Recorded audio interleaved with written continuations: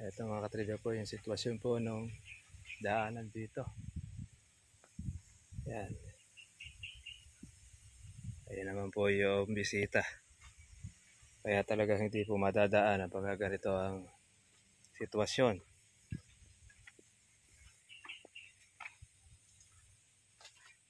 Pagka putik at umulan, ito na siya.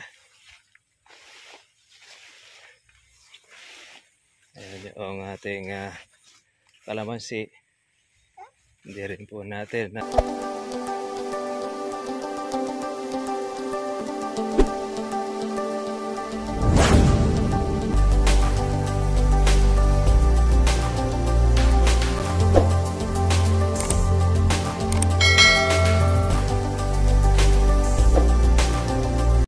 ito mga katrader po yung sitwasyon po nung daanan dito. Yan. Ayan naman po yung bisita. Kaya talaga hindi po madadaanan pag ganito ang sitwasyon.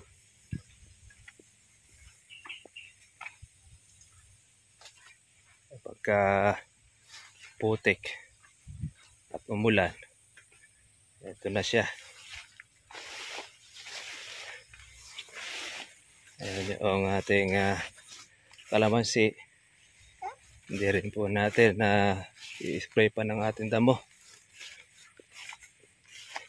Puno na rin ang damo.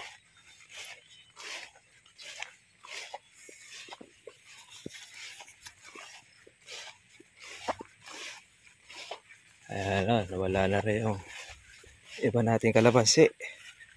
Sa bungad kasi nasa aking bayaw. Pangalawa naman po yung sa atin.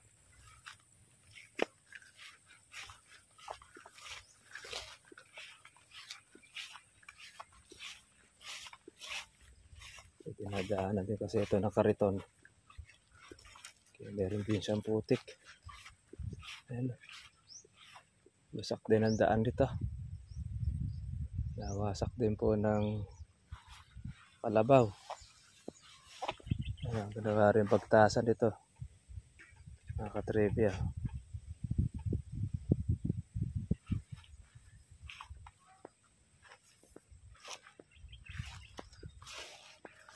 Ayan, sa Tagaraw, mga ka-farmers, ito po ay babakuran na po natin. Dahil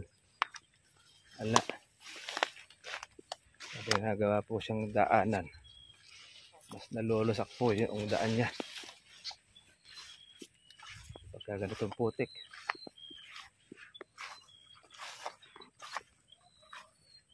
Kalamansi natin nalubog na rin po sa buwan niya. Putik mga katri sa mga damo.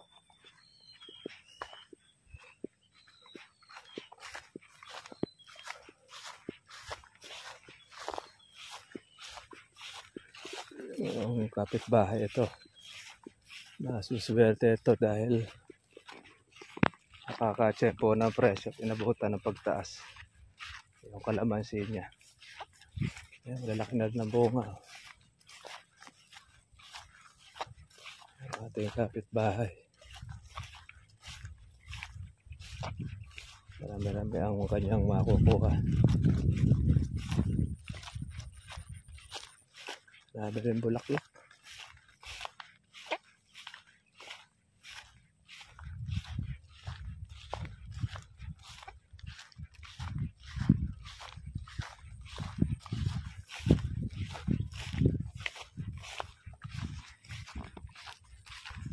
Yung po ating in-spray ng damo ay mahaba na rin.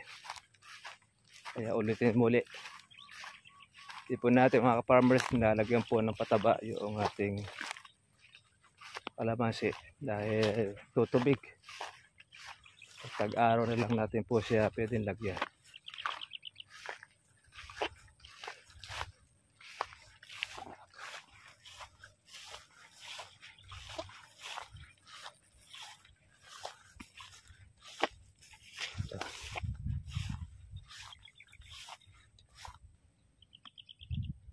Mahaba na uli. Bagong tubo na lang ulit ito.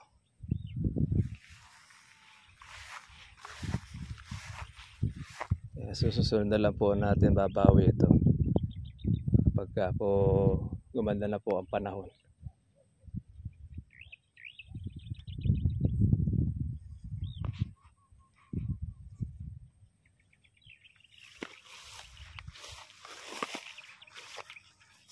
Ayan. Kulang po sa pataba talaga itong ating kalamansi. Hindi natin siya pwedeng applyan dahil tubig. Pagtag-araw, saka na lang po natin ito a-apply ng pataba. Mabilis lang po ito lumaki, mga ka-farmers. Importante buhay. Kasi pagka nilagyan natin ng pataba at stress yan, lalo matutulo yan dahil sobrang tubig. Kaya yan po muna. Yan po ang ating damuhin. Siguro sa isang araw, atin na po siyang herbicide. Yung hindi natin natapos, yan, spray pa natin uli.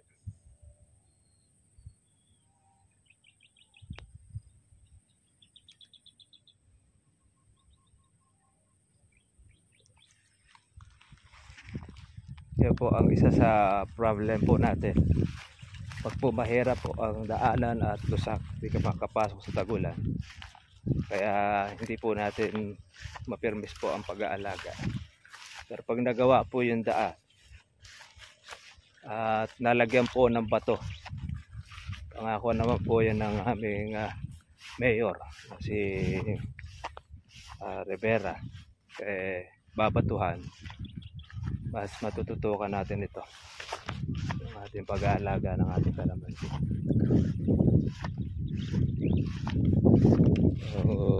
Ito maswerte dahil naabutan po ng presyo. Ayan. Kung hindi po nasira po yung daanan, mga ka-farmers, malamang ito naubos na rin po ang bunga. Pero dahil doon sa hindi makadaan doon sa dini, tira po doon sa ilog dahil mababa tubig, na-stuck yung kanyang bunga, inabutan po ng pagmahal. Kaya swerte na lang nito, kasi nakaraan talaga ito napabayaan, nalagaan uli, naka-recover, kaya naman nagbunga uli.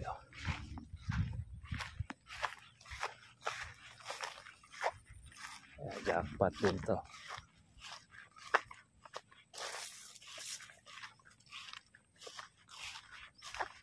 Ito naman ay marami rin sa luyot.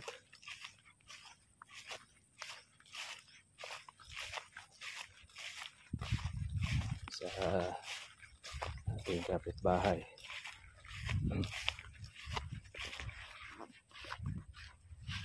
Ayan. Tapos po tayo na kapitas ng 11 red bag. Isa't kalahati po yung hinog.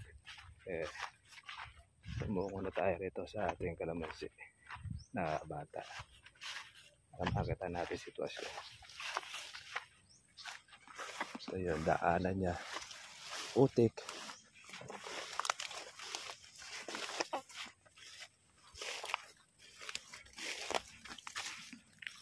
Sakuhan pa ng kalabaw yung rotor.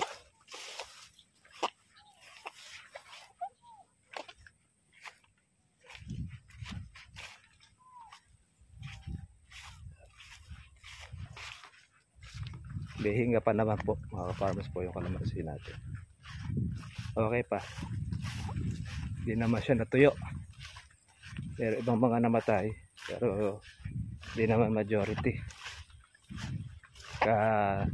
Umaraw na lang, kumanda panahon, kaya po natin siya malalagyan ng ating pataba, yung organic fertilizer na yun atin po ilalagay. Ayan o, ganyan po kalalim yung tubig, yung putik, kaya kahit kolong-kolong ay hindi makakadaan dito. Nakadrip yan.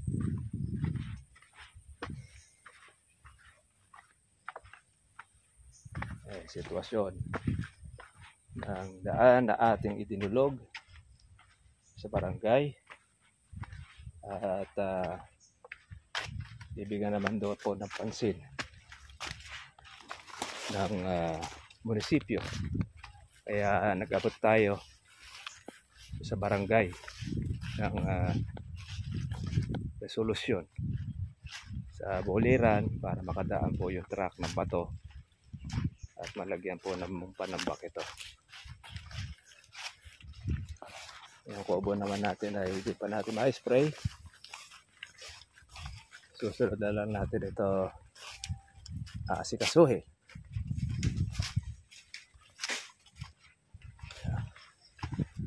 Ayaw kalamansin natin mga kapamos.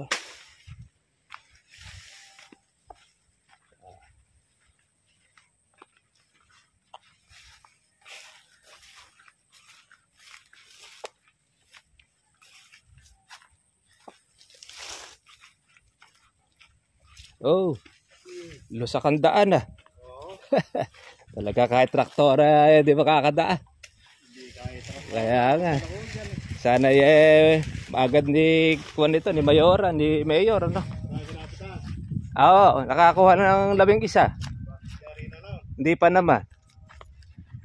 Mahirap maghakot pa Oh, yung daan puro dito sa bangka, saka sa ilog. Kaya bukas naman uli. Yan yung ating kapitbahay. Sila yung nakatira rito. Kaya kada paano monitor din nila yung ating mga tanim. Kaya pitas na tayo.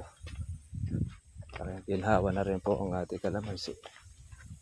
Dahil after nyan spray na po natin ng herbicide uli. Dahil matataas na uli po yung ating agingay. Ito mo.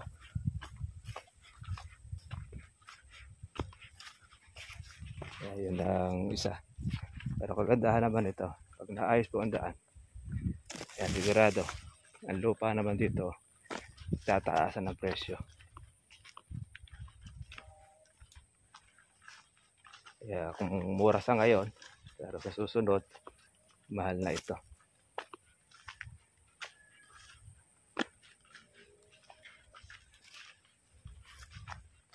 Abang lang muna tayo.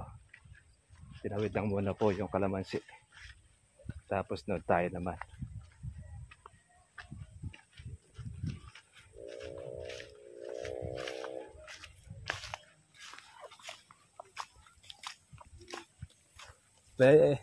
Malinis na malinis pala to yung kalamansi mo doon.